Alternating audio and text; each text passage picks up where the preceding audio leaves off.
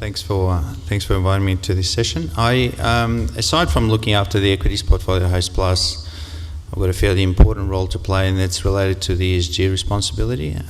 Within that scope, I should mention that we do have a fairly lean team at Host, so there's a lot of work that's outsourced, but despite that, there is actually quite a bit of activity that takes place internally. And that includes proxy voting, it includes monitoring our fund managers for their implementation of ESG initiatives. It includes member communications, which continues to rise from year to year. We also are active participants in Axis activities. Axis is a very important service provider for us in terms of engagement with listing companies and a number of other initiatives. And sometimes we have direct engagement with listed companies as well. And over the 3 years that I've been performing this role, pretty much each of those areas has increased in terms of the amount of time they need to dedicate to it. So it is an increasing part of my time and resource allocation. And thank you for that. And do you think that the actual role itself is changing? So for example, if we think about ESG as in its early stages, it was about negative exclusion. What companies and what ideals or what things do we not want to have in this portfolio? And still a lot of people probably think that way. Do you see that changing as well when you're looking at portfolios? Is it more about what to include, or is it still about what not to include? There's a lot of different approaches, and we've spent quite a bit of time ourselves thinking about how we tackle the positive or the negative screening, so to speak. And in our case, we've got a fairly unique situation in that we've got a dedicated investment option that screens out quite a lot of different things.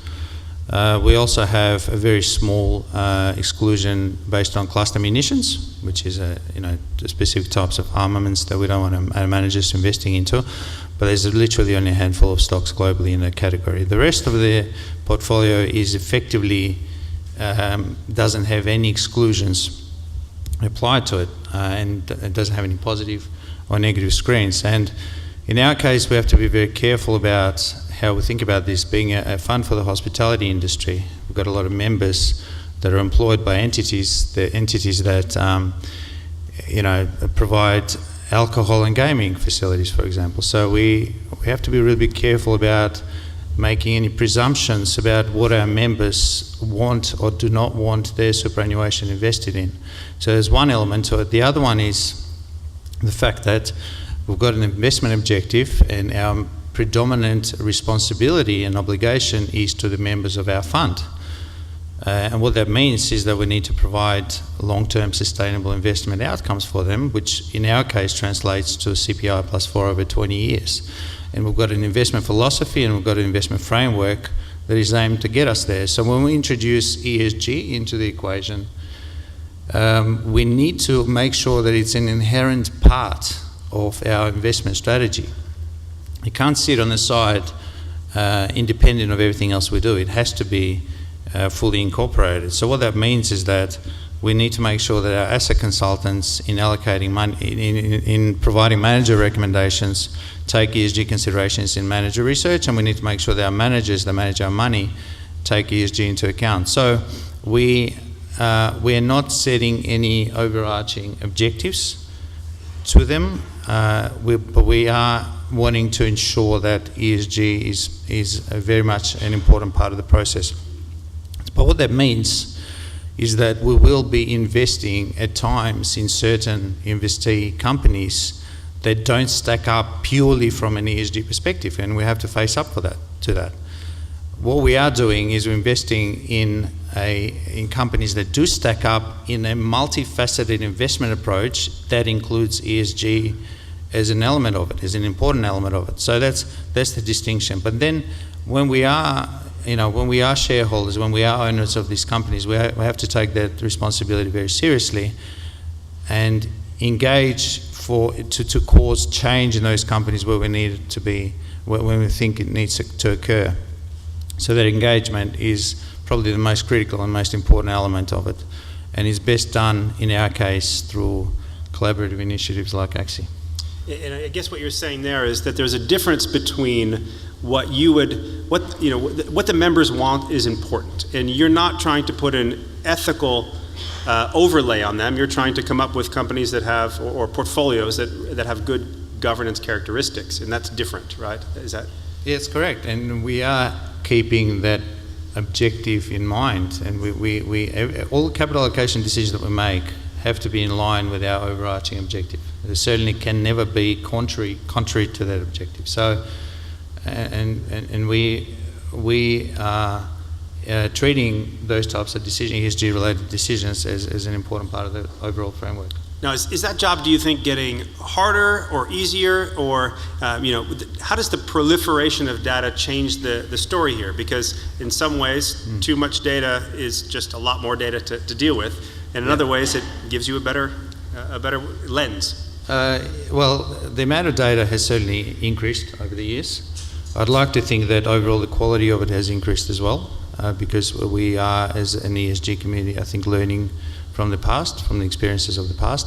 But, the types of data that we use internally, for example, we use ESG ratings for ASX 200 companies that we then use to overlay our portfolios and have conversations with those managers that are not perhaps well rated from an ESG perspective. We use a lot of proxy voting data, proxy voting recommendations from specialised providers as well as from fund managers. We collect a lot of data on the ESG attributes of our listed investments and the achievements they've had in their portfolios. There's ESG research that comes from any number of sources, and there's also media, both online and printed media, that has quite a lot of information, quite a lot of data that's available to us, and so prioritisation is important. I think, when we look at the volume of data that comes our way, it sometimes is easier to prioritise than others. But the other comment I'd make, as far as sort of the ESG-related information, the data that's available to us, is there's a bias in it, I believe, and that bias is towards negative ESG news and negative ESG information, because it's much easier for that type of information to grab a headline or to become very topical because something that's seen as a problem needs to be addressed. So in our role, I think it's important to focus on the positives as well as the negatives and make sure the positive attributes of ESG activities are given just as much of an airtime in our internal and external discussions as those problems that we all tend to see in the media and elsewhere. You mentioned something in there. You said something about priorities. Earlier I asked the question, what is our role as fiduciaries? And you have to prioritize something in there. Do they go hand in hand always when you're thinking about what the members' risk and return needs are versus what the realities of materiality on some company issue? Well, on the surface, you may sometimes find that they may be in conflict, but it's important for us to strike the right balance. And I think balance is the right word in this instance, because ESG is the type of area that's open to philosophical or ideological views a lot of the time. And so we have to be careful that we remain true to what we are about, and that's that obligation to our members that I spoke about earlier. So we have to find the right balance. And to do that, you can't deviate from the purpose, and you can't deviate from those investment objectives that we have. So, and sometimes that balance is easier to strike than at other times, but that's our intention. That's great. And let me just ask one more quick one before we move over to Hendrik and to Stephen. Sometimes people in this audience will be thinking, we wish we could spend more on ESG, but manpower these days is a luxury. Do we see that this kind of proliferation of data is helping that problem, or actually, making that a bit worse as well? Yeah, so it's very important, obviously, especially in our case, in a fairly lean team at our fund. I think that's where the quality and reliability of the data comes into the equation, and also ease of interpretation. So those ESG ratings that I mentioned earlier, basically every company that we own gets rated from 1 to 5 on the ESG scale. that's a fairly easy amount of type of information to interpret and to act on. So that type of data doesn't require a lot of resources, but that's a rare example. A lot of other ESG information that we receive, it could be in form of multi-page reports, or it could be, a lot more resource intensive. So it does need to be carefully considered as to where the resources are allocated in the space, and it's a difficult decision. Thank you. That's really great insight. Thank you for that. So why don't we shift gears and let's hear from Hendrik and from Stephen, and maybe they can help us understand how data is changing and what technology is doing to help us solve some of these problems that Dmitry just highlighted. Challenges. Let's not call them problems. Great. Thanks, Dan. Thanks, Dmitry.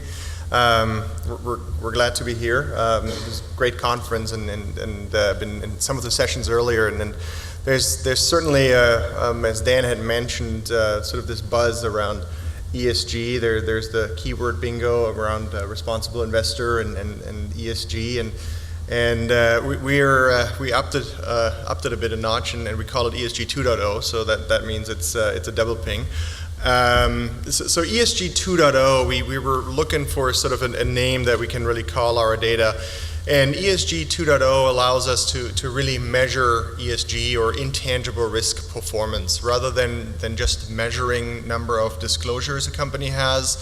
Really looking into the way a company performs on a day-to-day, month-to-month, quarter-to-quarter level.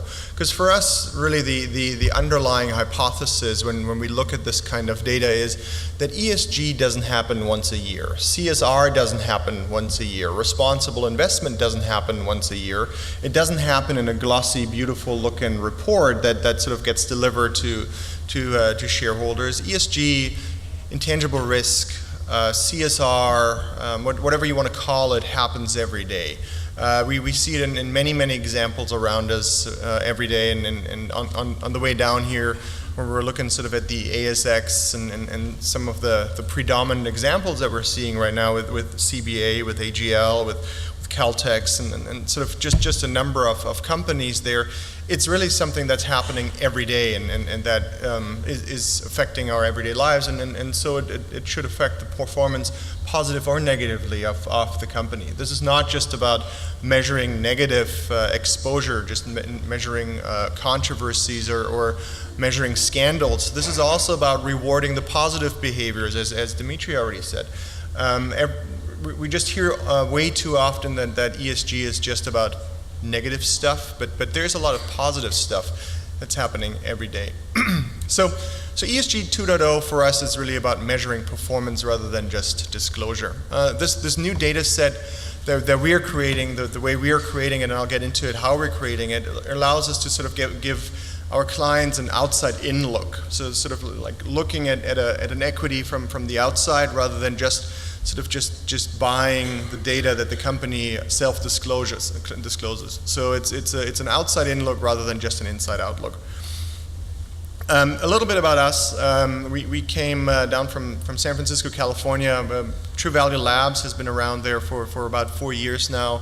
At the heart of TruValue Labs is really a large team of engineers, and we're using modern computing technologies, and I would say the umbrella term for those modern technologies is AI, artificial intelligence. We call it augmented intelligence, and we're using all various disciplines of this AI thing, machine learning and pattern recognition, deep learning, just many technologies. And for us, those are technologies to sort of get to a goal, just to interrogate unstructured data in a very different way that it's not achievable for us humans anymore, and just get to faster results.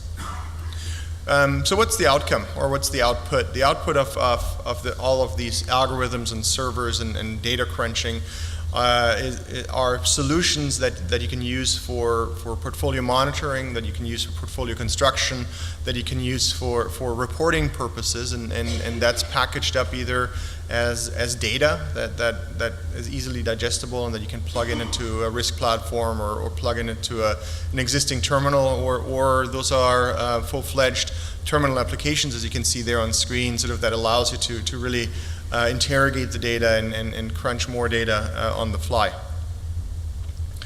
So why now? Why is all of this happening right now?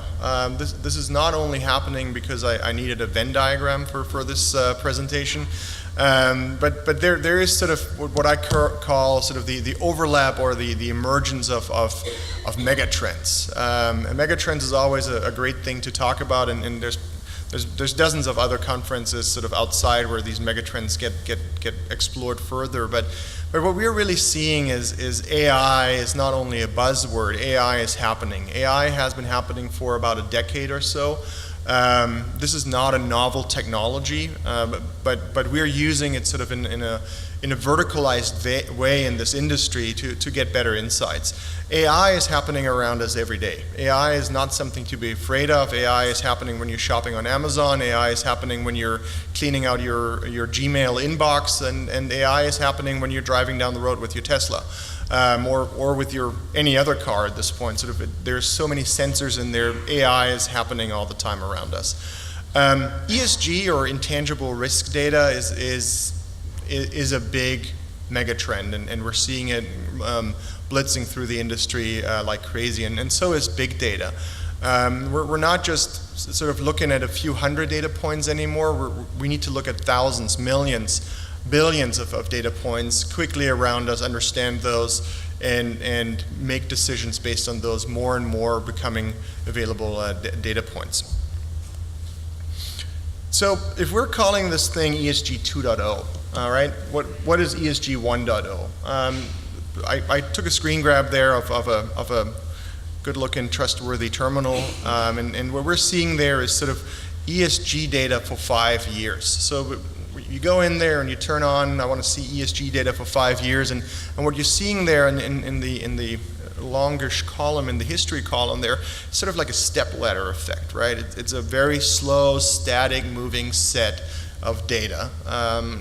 There was even a question in an earlier session this morning, sort of, is there correlation between these data sets, between all of these different ESG data sets? And I think it's really hard to find correlation in those data sets because they are created with different methodologies in mind, with different analysts that have very different subjectivities, and so there is variance in these data sets. So if this is ESG 1.0, ESG 2.0 looks a little different, and again, it doesn't look at disclosure, it looks at performance, actual ESG performance. So when you just think back the previous slide, when you looked at 5 years of history there, sort of seeing a step ladder effect, this is what ESG looks like for 3 months for a very specific company. So I've selected Monsanto here as an example, and all those dots represent ESG, or intangible risk events, if you will. And again, ESG is happening all the time, and not just once a year. And what we're seeing here is sort of on the right-hand side of this chart is sort of like a big drop in ESG performance, and that was once again due to another Monsanto scandal of actually selling cancer-inducing drugs in California. Sort of that's the type of performance data that you can get out of such a system, and it can quickly adopt to sort of the way you see ESG. Because most of you have sort of invested in a framework or in a belief system for ESG, and you sort of have your preferences on what's more interesting for, or what's more important for your strategy, for your members. Is it more E, is it more S, is it more G, or is it none of the above because it doesn't fit in E, S, or G, and it's called data privacy, or it's called innovation. So where does that fit in? Does it fit in within the E? Does it fit in with the S, the G? So that's where ESG becomes sort of where we need to think outside of the box that's called ESG, and really allow us to open up and think about other parts of the business that our members and our investees as well as our strategies need to look into. So getting a little technical here because we only have 15 minutes left, but I don't want to bore you with too many technicalities here. So there's various data sets or data points that you can extract of such a large data set that grows every day. There's sort of a long-term rating that is very slow to change, even though it has all of these underlying data points. Then the user can also look at all the underlying data points, all those dots over there, and quickly make sense and get transparency out of all those different events that are happening. And then the interesting thing, once you actually start looking at such a dense data set, such a fast-moving data set, if you will, what you can all of a sudden see is you can see momentum. And this is true ESG momentum, this is true ESG trend, measured over a slope of distance, measured over trailing 12 months or 90 days. And all of a sudden you really get very different strategies and ideas going here that such a data set can be used for. I think the interesting thing now is sort of having a little bit of sort of an overview of what this kind of data looks like and what you might expect. Now the big question is, does it work, and what can you do with it in an active or passive investment strategy? And with that, I want to hand over to my colleague Steve. Thanks.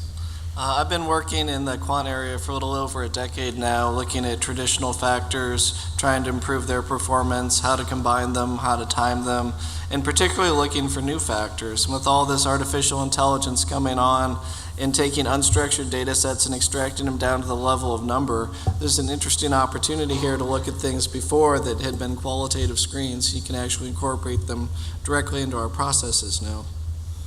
So we've done a bit of a study. We're still building out our history here. We've looked at a few years on the S&P 500 stocks. We cover about 8,000 globally now, and we're again building this history, and we'll extend these studies. And we've seen that, at least in these large cap stocks, we see a little bit of outperformance coming from these factors, both on the positive side and the negative side. The ones that are getting the top scores are outperforming by about 1 or 2% a year. And this is comparing relatively well to some common quant signals. It's hard on these large stocks to be able to use value and momentum and quality in these traditional factors. And if we take a look at what some of this performance has been, I was happy to see that the 4 I picked here lined up exactly with the 4 that were talked about in the session just before lunch. The black vertical line there is how the S&P 500 is done, about 14.5% per year. Price momentum has suffered recently. It tends to either be your best performing factor or your worst performing factor, so it's been trailing a bit lately. Quality a bit below, value a little bit above. Minimum volatility has done the best over this period on this particular set of stocks. And again, these don't necessarily persist, they tend to rotate. But it's interesting to see the new figure that we're getting here using our insight signal based on these environmental, social governance effects as they're happening day to day, is giving you performance about as good as some of these better quant factors. And we see that they're uncorrelated, and if you add that to that combination, these 4 factors, it bumps it up 0.5% or so and gives you an interesting opportunity to improve your returns a bit that way. So that covers what we've got as far as formal presentation. Happy to move on to questions. Yeah, that's great. You can put some questions into your iPads if you'd like, or you can ask them by hand. We've got a question, a couple of questions coming through. So one, let's start out for Dmitry. One of the terms that we're hearing about, we've heard about in the conference, a variation of ESG in a way is impact investing. Do my buying or selling decisions actually have some impact on the company or company behavior? Is that something that Hostplus believes that it's in their responsibility to do, or do they integrate impact investing into their process? We've certainly spent a bit of time thinking about it, and we've considered and participated in a number of conversations about impact investing. We haven't done anything to date. We haven't got to a point where impact investing opportunities have looked attractive enough for them to rise up our priority list. But I wouldn't be surprised if it would be an area that we are invested in the near future, provided that the usual assessment metrics that we apply to investment opportunities stack up in that space. So not yet, but potentially in the future. Great. And a follow-up question, this could be for anyone here. How do we think about materiality? And that means how much of an issue that is deemed to be an ESG issue is already incorporated into a price, and how much is incorporated into valuation of that stock? Is that something that is even addressable?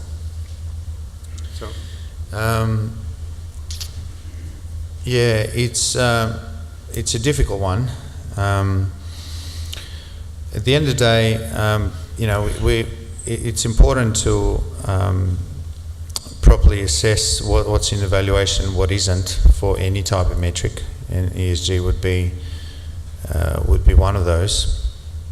In our case, we certainly rely on expert advice in those areas. We don't manage any money internally, so our fund managers might have a view on it, but we'd certainly expect them to consider that, and in some cases, obviously, it could be an easier question to answer than in others, depending on which particular ESG metric we're looking at. But it's certainly important to understand what's in a price and what isn't.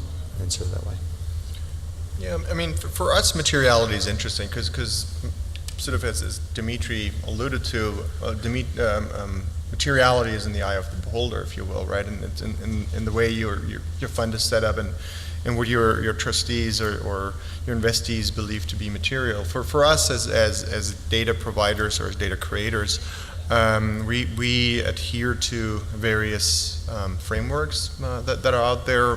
We've basically built a product or built a lens on top of our data that looks at the definition of SASB's way of materiality. SASB is an organization in San Francisco, the Sustainability Accounting Standards Board, and they have spent thousands of analysts' hours sort of reclassifying industries and figuring out what's material for individual companies within those industries. So there's a certain viewpoint, but I think it really needs to be very flexible and customizable in order to allow your view of materiality to be overlaid to those data sets.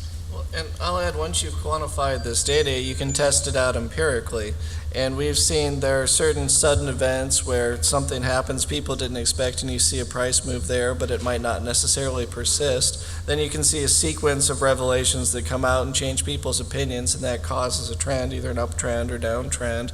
And then some of these effects take years to take hold. So if you're looking at, the next quarter's earnings, you're not going to see it. But if you do a longer term study of return on investment, return on assets, it shows up years later.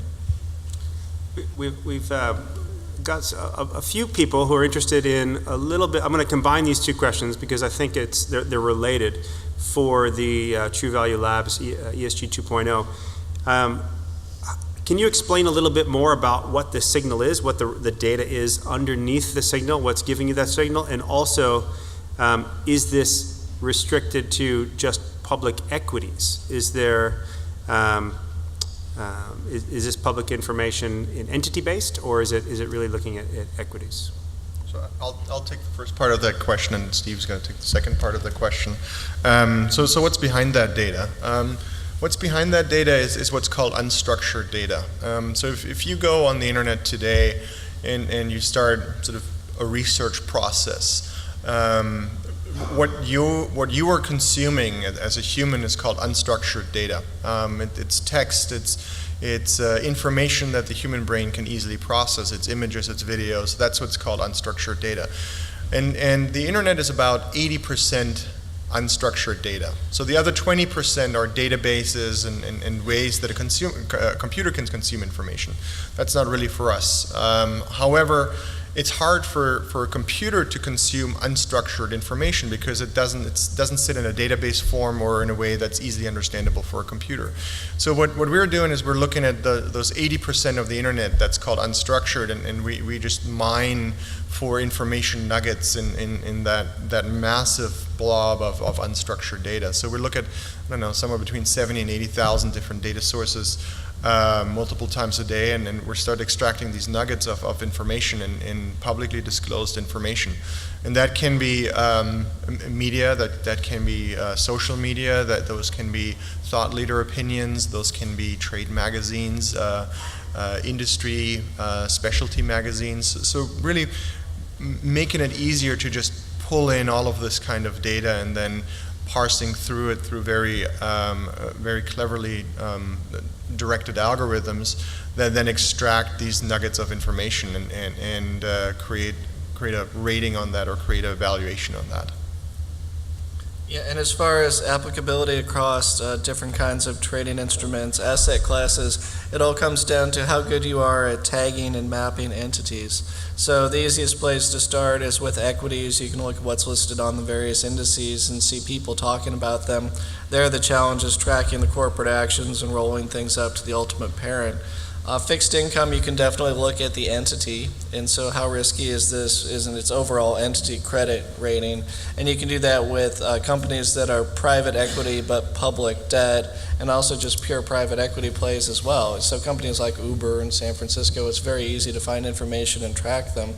You can do it at the country level as well and look at sovereign risk. There's organizations like Transparency International have been around a long time that'll give you qualitative ratings on various countries and how they stack up against each other. And so if you're able to figure out what people are talking about and identify the topics, you can map it to these various tradable instruments and start covering basically all these asset classes with unstructured information. There's a bunch of questions that I think are all related, and that is a lot of it. How lagging is this, or lagging even indicator it is? And I think that we need to put this in perspective of this is ESG data, and what's 1.0? Thinking about high frequency versus low frequency. So maybe you can address the issues of whether this is a lagging indicator of publicly available information and how that compares to what we're using now for ESG.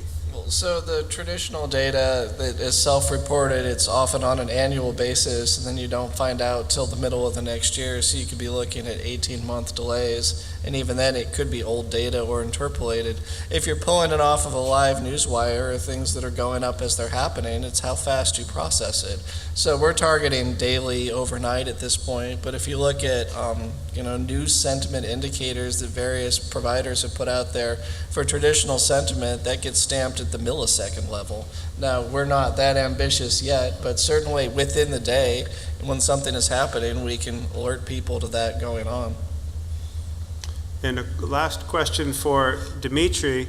How much of when you're thinking about the future, do you think about your ESG problem or challenge from Hostplus's perspective is addressing managers versus maybe eventually addressing companies directly? Predominantly managers at this point, but we are already selectively having conversations with individual companies on specific governance issues that we identify. We need to be selective because obviously resource question is a big one, but we will gradually be moving down that scope where as we become larger shareholders of certain companies, we'll certainly have a stronger voice when it comes to that engagement aspect of our operations. Thank you. Thank you all very much for your time. This has been a great session. Hopefully you found it informative. And I'm sure that all of our panel will be willing to answer more questions you have directly through email or in conversation afterwards. So thank you. Thank you for your attendance.